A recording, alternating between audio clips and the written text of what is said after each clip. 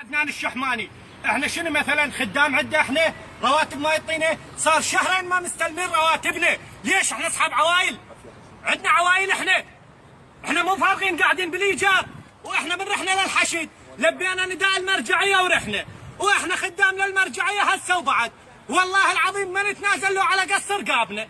وراتبنا ما نعوفه له على قص رقابنا، الناشد ابو مهدي المهندس والناشد المرجعيه والناشد العبادي، احنا نريد رواتبنا، صار لنا شهرين ويا عدنان الشحماني راتب ماكو، والله العلي العظيم السابع والثامن ما مستلمين ولا دينار، واحنا ناس قاعدين بالايجار.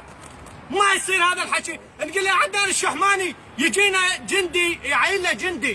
جندي يعينه يوم واحد، يجينا الجندي هذا اليوم ما له ارزاق، والله العظيم بتت يومين بدون ارزاق، شلت ارزاق اعطيته لهذا الجندي هذا احتبار خطار، اروح لابو الارزاق اقول له يا بنطيني، يقول لي روح جيب لي ورقه من امر لواء، امر لواء منين؟ امر لواء الشحماني، يعني يجيب الشحماني يحطهم على راسي؟ اذا يجيب الشحماني يحطهم على راسي انا اقبلها، انا والشحمان ما يخالف، سهل انا وياهم، بس مو معناته والله يا عدنان الشحماني ما ادري، خل عدنان الشحماني يروح يلزم الساتر، خليه يروح، مو قاعد هناك وما يشوف شكو ماكو. زين وذولا حاتم زين، وخنا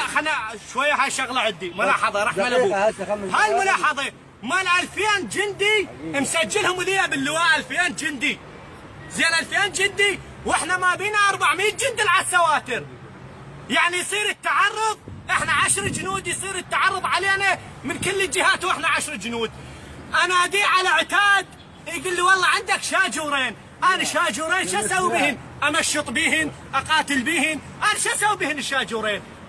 بس شويه خلي يستحون شويه على نفسهم، خلي يحس، واحنا نطالب على رواتبنا، احنا هالشهرين بدنا نريتهن رواتبنا، قاعدين بالايجار، كفيلك الله فلوس السحب تقرضتها 50,000 دينار، قرضه دفعتها قرضه يا عدنان الشحماني، حس على نفسك وودي رواتبنا، وشكرا. رحم الله والديك، عاشت ايدك، حلو.